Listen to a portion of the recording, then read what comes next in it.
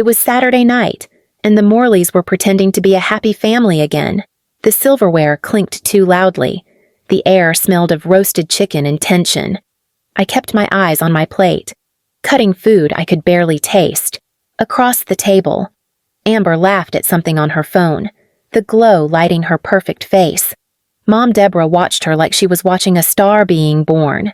Dad, Thomas, sat stiff, tapping his knife against the table in that way he did when he wanted to assert control without saying a word.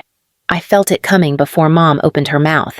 She set her fork down gently, the smile already rehearsed. "Sweetheart," she said, her tone sticky sweet. "Your sister needs your room for her new studio. It's time you give it up." My fork froze halfway. The room tilted slightly. "My room," I said, though I already knew the answer. Amber didn't look up. "It's perfect for filming. The light hits just right. I'll redecorate something modern. Clean. You'll like it." I almost laughed. "I'll like losing my room." Dad's voice cut through. "You've had it long enough. You're 26. Time to grow up and make space for someone who's actually building something." Amber smirked. "Still scrolling." "Exactly. This is for my career.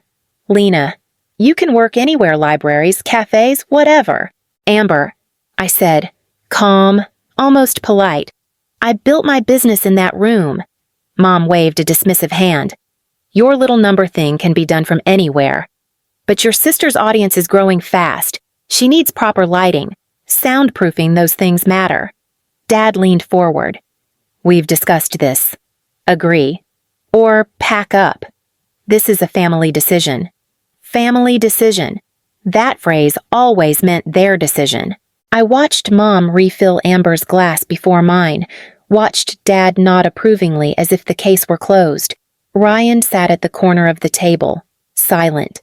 He was 19, too old to be the baby, but still treated like one.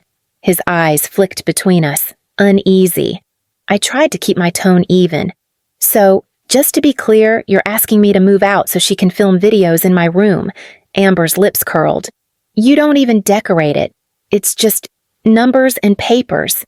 You'd be doing everyone a favor." Dad's hand slammed against the table, rattling the glasses. "Enough arguing. Agree or get out of this house." The sound of the impact lingered, sharp and final. I saw Ryan flinch. Mom's smile froze. For a second, Amber's confidence wavered, then came back even brighter. I looked at each of them, the faces that had never really seen me. I could have shouted.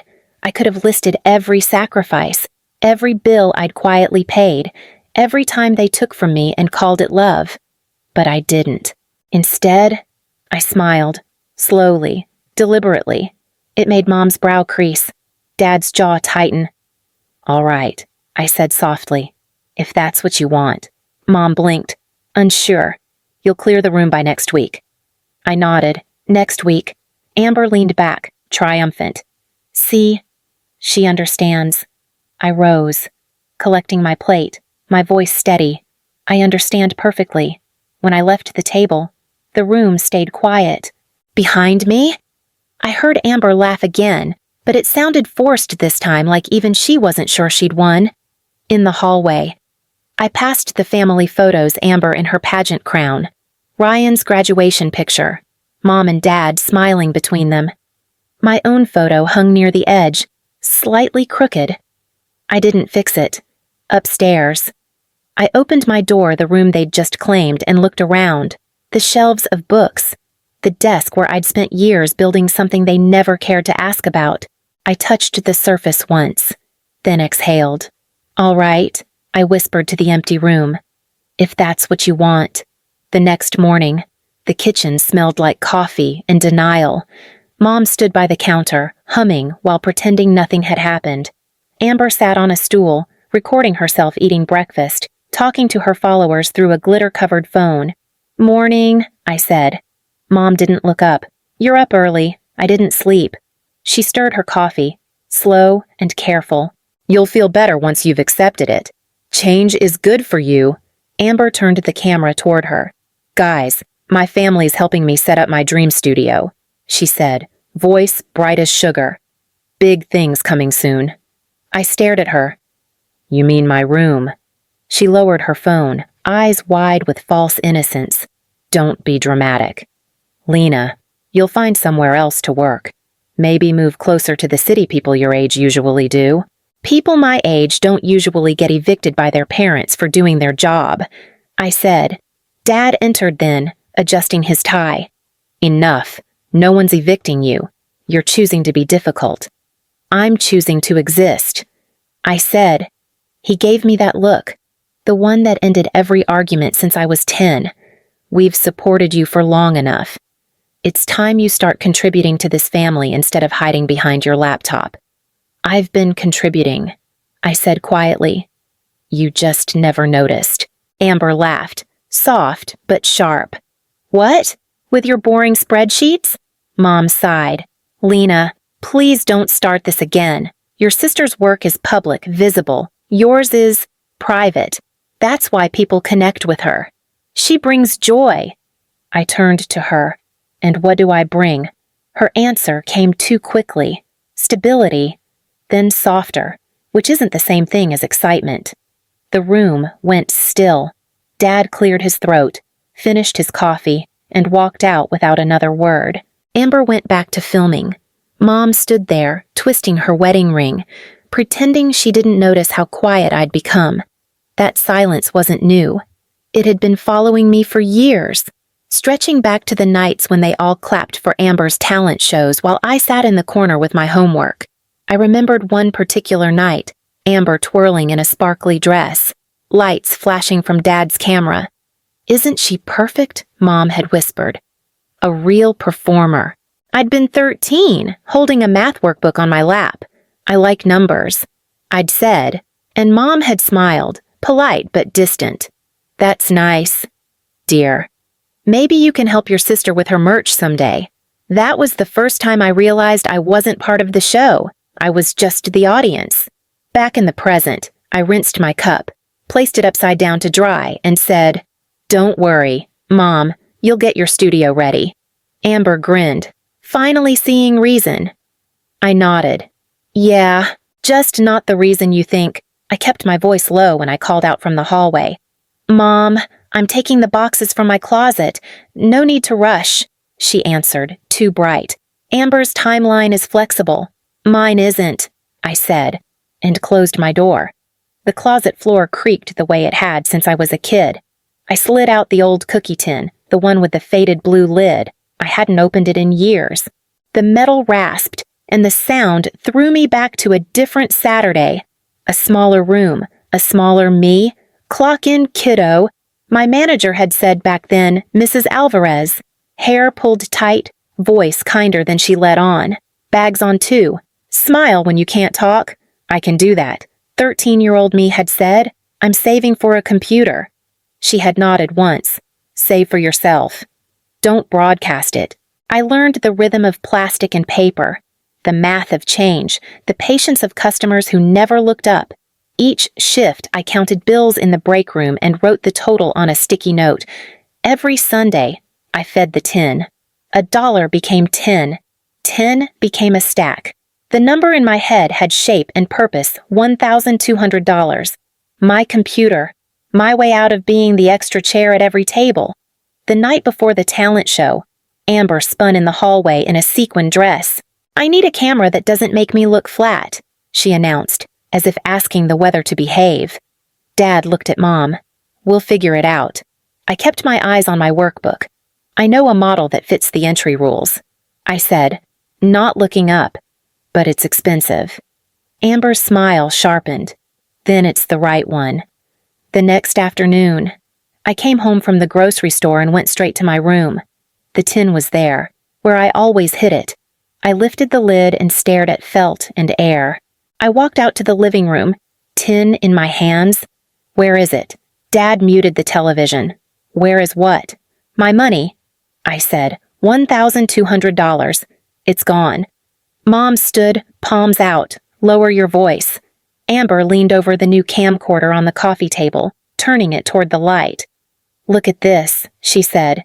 High definition. Crisp movement. This will get me noticed. I set the tin down hard. You took it. Dad frowned like I had broken etiquette. We borrowed it. For your sister's future. You said borrowed.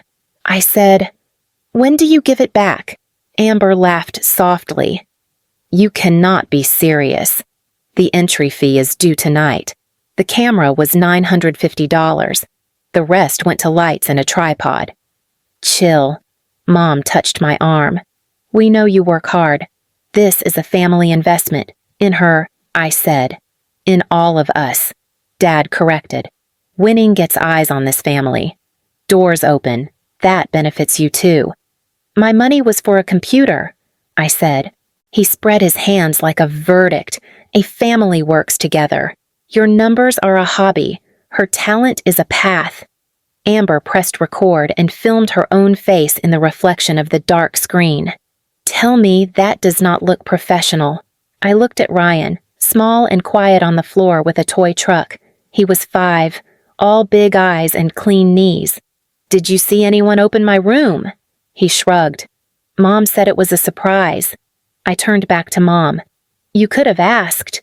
She flinched. If we'd asked, you would have worried. This way we spared you the anxiety. You spared me the choice. I said. Dad's voice hardened. Enough. This is done. Support your sister. Amber lifted the camera again, angling toward the ceiling. Smile, Lena. Be part of something. I am part of something. I said. You just don't look at it. Mom's tone softened like warm icing. You're good at saving. You'll build it back in no time. That is not the point, I said. Dad stood. The point is we move forward as a unit. Your sister needs to submit tonight. Give us grace, and we will make it right when we can, when you can. I repeated, when is that? He held my stare until I blinked. Soon. Amber blew me a kiss. Thank you in advance. I picked up the empty tin. It felt lighter than metal should. I went to my room, closed the door, and sat on the edge of the bed. The lid clicked once. Then again. I opened my notebook and wrote the number anyway, $1,200, next to it. I wrote another 0. I drew a line between them and wrote a third start over. An hour later. Mom knocked and came in without waiting. Do not let this ruin tonight, she said.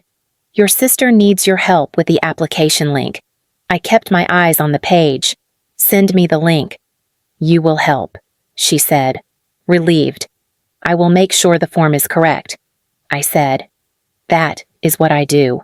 Her fingers squeezed my shoulder. You were always the stable one. When she left, I turned my phone on and typed a message to Mrs. Alvarez. Any chance for an extra shift this week? The reply came fast, Wednesday and Saturday. You sure? I'm sure. I wrote. The house hummed with Amber's rehearsal. Dad's footsteps crossed the hall. Ryan's truck bumped against the baseboard. I slid the tin back under the bed and placed my notebook on top. Then I spoke to the empty room, the same way I had spoken to it last night. All right, I said. If that's what you want. By the time I turned 18, the tin box was gone, but the habit stayed. Every dollar earned had a purpose. Every number in my notebook was a quiet rebellion. College was the first time I lived away from home. The dorm walls were thin, but the silence was mine. Between classes, I worked at a financial aid office organizing files, balancing student accounts, learning what real money looked like when it wasn't taken from me. One afternoon, a girl from my economics class sat beside me in the campus cafe. She had dark bangs and an expression that could slice through noise. You're Lena. Right. The one who corrected Professor Hart's formula last week. I nodded. She grinned. I'm Jade Lynn. I like people who make professors look stupid. I laughed before I meant to. I don't do it for fun. Neither do I, she said. But it feels good, doesn't it? That was the start of it, someone finally seeing what I could do. Years passed in quiet motion. I graduated, stayed in Richmond, and took an entry job at a small financial firm downtown. I worked late, asked questions others were afraid to ask. The partners didn't notice, but the clients did. They liked how I explained things. Numbers made sense when I said them aloud. One client, a retired teacher, looked at me after I'd helped her plan her savings and said, "You should start your own business." Dear, you don't need anyone's permission for common sense. I went home that night and opened a blank spreadsheet. I titled it Morley Financial Consulting. I built a website using free templates. Jade helped design the logo, a simple M made of intersecting lines. She said it looked like structure and freedom at the same time. When my first client paid me $100, I stared at the receipt longer than I should have. It wasn't about the amount. It was proof that my numbers could stand on their own. I told my parents over dinner a few weeks later. Mom barely glanced up. "That's nice." "Honey, keep it small so you don't get overwhelmed." Dad grunted. "It's not a real job until it pays the bills." Amber smirked. "You should come on my stream sometime. I can help you get exposure." I smiled. "I'm good." She shrugged. "Suit yourself." That night, Jade texted, "You'll build something they can't ignore." I looked at my cracked coffee mug, the same one I'd used since college. "Let them underestimate me one last time." I whispered. The weekend came too quickly. I'd spent the week buried in client files, pretending I didn't hear the construction sounds leaking from downstairs, Amber testing microphones, Dad helping her move furniture. When I walked into the kitchen Saturday evening, Mom looked up from her tablet. "We've been talking about your room schedule," she said. "Amber's new lighting setup arrives Monday, so you'll need to clear out before then." I leaned against the counter. "That's 3 days." Dad entered behind her, wiping his hands with a towel. "That's plenty of time. You don't have that much stuff." "I have a company in there," I said. Amber's voice carried from the living room. "Oh, come on. You make spreadsheets. You can do that anywhere." I stepped forward. "You mean the business that pays my bills and part of yours?" Dad's head snapped up. "What's that supposed to mean?" "Nothing," I said. "Forget it." Amber appeared in the doorway, hair perfectly curled. "You're being selfish. This isn't just for me, it's for all of us. My content draws sponsors. Exposure helps the family." Mom nodded quickly. "Exactly. It's teamwork, sweetheart. You've always been the practical one. Let your sister shine." I met her eyes. "You always say that like it's an excuse to dim mine." She hesitated. "We're not dimming you. You just don't need the spotlight." Dad's tone hardened. "Enough of this attitude. You'll move your things out tomorrow. Let's end it here." Ryan walked in mid-conversation, holding a cereal bowl. "Wait tomorrow." "That's sudden." Dad glared at him. "Stay out of it," Ryan mumbled. "She earned that room." "Dad." Amber scoffed. "Earned! She still lives here rent-free." I turned to her. "You mean the mortgage I've been covering since Dad's store downsized 2 years ago?" The words slipped before I could stop them. Mom froze. Dad's expression tightened. "What did you just say?" "Nothing," I said again. "Don't worry, I'll clear the room." He stepped closer. "Lena." I said I'll clear it. I repeated. Calm, almost gentle. Amber folded her arms. "See, she gets it." I reached for my mug, the one with the crack near the rim, and poured coffee even though it was cold. "Sure," I said. "I get it." Dad's jaw flexed. "Good. We'll help you move things to the basement." "I won't need help," I said. Mom frowned. "You can't stay angry forever." "I'm not angry," I said. "I'm awake." They didn't understand what that meant. None of them ever did. Later that night, when the house finally quieted, I sat at my desk and opened my laptop. My cursor blinked against the screen like a metronome. I typed one line into the message box. "Rachel, let's close on the house across the street. All cash." Her reply came seconds later. "Understood. I'll start the paperwork tonight." I leaned back, listening to the faint echo of Amber's laughter downstairs. "Let them have the room," I murmured. "I'll take the street." Sunday morning looked ordinary enough for everyone but me. Mom arranged cups. Dad rustled the newspaper like a gavel. Amber filmed a family coffee intro and pretended we were charming. Ryan stood by the window, Saying nothing, Mom smiled without warmth. So, Lena, have you decided we want to get the painters in by Tuesday? I've decided, I said. Amber tipped her phone toward me. Great. Tell them you're clearing out today. My audience is going to love the glow-up. Dad folded the paper. Speak clearly. No more sulking. I placed a slim folder on the coffee table. I'm moving out, I said, into the house across the street. Amber laughed first, because she always did. Cute joke. It isn't a joke, I said, and slid the folder toward Dad. He didn't reach for it. What is this? Open it, I said. Mom set her cup down carefully. Lena, don't create drama. We're trying to make a plan that benefits the family. This is my plan, I said. Dad flipped the folder. The first page was the recorded deed. His eyes moved once, twice, then stopped. He looked older by a year in the space of a breath. You purchased that property. Yes. All cash. His voice tried to be flat and couldn't. Yes. Amber leaned in, frowning at the embossed seal. Where did you get a deed? Is this printed from the internet? No, I said. It's recorded. You can call the title office. Mom touched the page like it might sting. When did this happen? 6 days from offer to close, I said. The sellers wanted speed more than anything. Dad finally found anger. You cannot buy a house without telling us. I just did, I said. Amber scoffed. With what money? Your little number hobby. My business. I said.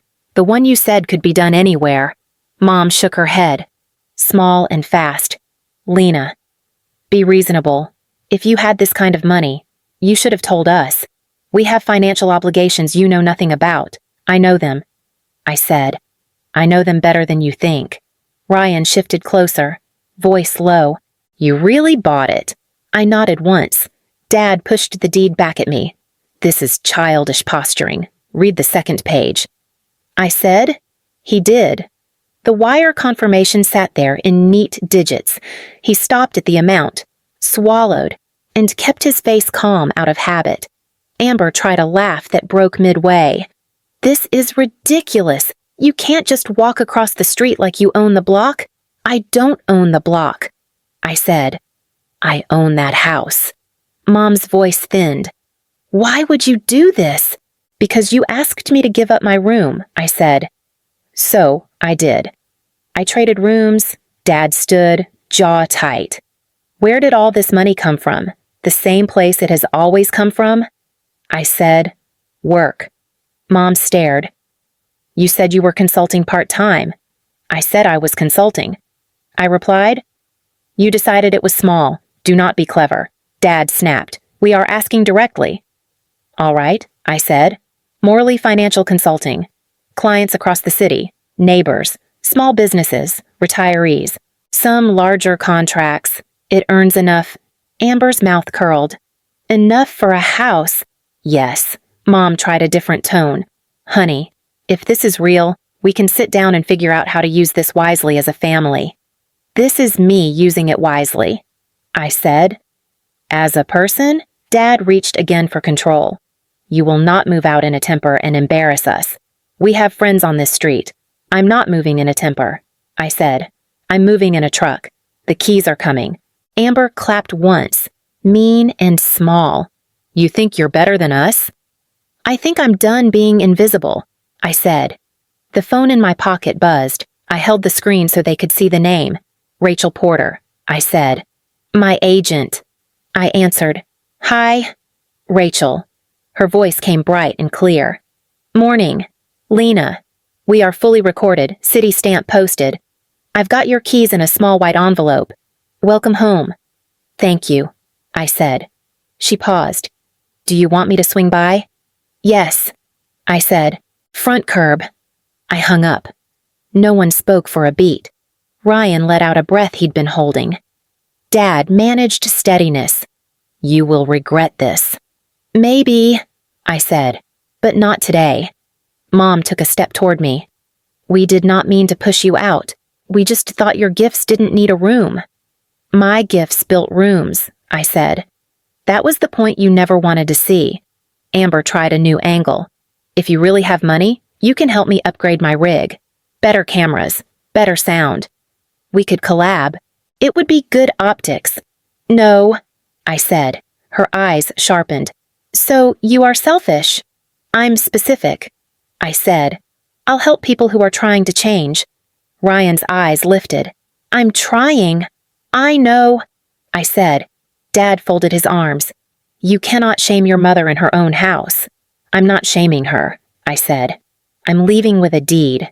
Tires crunched outside. Amber moved to the window. There's a woman with a briefcase. Rachel, I said, and headed for the door. Mom followed. Lena, do not walk out. I stopped in the hall and turned back. I told you I'd clear the room by next week. I'm ahead of schedule. Dad's mouth opened, closed. He had no script for this. At the door, Rachel lifted the envelope like a small flag. Congratulations, she said, then glanced over my shoulder, taking in the tableau. Family. Yes, I said. She lowered her voice. You okay? I am, I said. She pressed the keys into my palm. Metal met skin with the weight I'd been earning for years. Fastest cash close I've had in months, she said. Not bragging, just factual. Thank you for moving quickly, I said. Speed was the seller's religion, she said. You gave them certainty. They worshiped that too. I nodded and turned. Mom stood in the doorway with her hands clasped, like prayer without words. Dad held himself like a statue. Amber had her phone up again, recording the edges of things. Ryan met my eyes and didn't look away. I spoke to each of them without raising my voice. I'm not far. If you look up, you'll see me. Amber scoffed. Great. We can wave at our landlord. I'm not your landlord. I said. I'm your neighbor.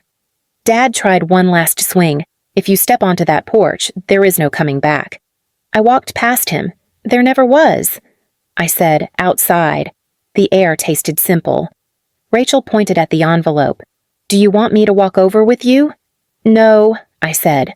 I know the way. I crossed the street. The pavement held firm. The envelope crackled when I tightened my grip. Behind me, their door stayed open just long enough for the moment to register, then closed with the softest click. I fit the key into the lock and turned. The hinge answered like a new word learned at last. Weeks passed before I saw any of them again. The first time was through the window, Amber sitting on their porch, her face pale under a layer of foundation. Her streams had vanished. The gossip reached me through neighbors before she ever said a word online gambling. Debts in the hundreds of thousands, sponsors gone overnight. One evening, Mom knocked on my door. She looked smaller, her lipstick uneven. Lena, she began. Amber's in trouble. We're selling the house to help her clear things. I stood still. You're selling the house? Dad's voice came from the driveway. We don't have a choice. Family comes first. Which family? I asked. Mom winced. Please, don't make this harder. She's your sister. She's an adult, I said. Dad stepped forward, eyes bloodshot. Don't talk like that. We raised you to help each other. I did help, I said. You just never saw it. For the first time, Mom's voice cracked. We thought she had a future. We didn't realize you already built yours. Amber appeared behind them, arms crossed. So, this is your revenge. Watching us lose everything, I met her stare. You built this yourself. Ryan walked up quietly. Stop it, all of you. His tone was steady, older than before. We can start over. I'll get a job. I'll help pay rent. Dad turned, startled. Rent, Ryan nodded. We can't keep pretending. She was the only one holding things up. The silence that followed was heavier than any door I'd closed. Mom's eyes flicked between us, as if realizing the house wasn't the only thing already sold. The moving truck came at dawn. I watched from my porch as the last pieces of their furniture were loaded. Amber's ring light, Dad's recliner, Mom's china box. No one waved. Ryan crossed the street, hands in his pockets. They're going to a small apartment near Midlothian, he said.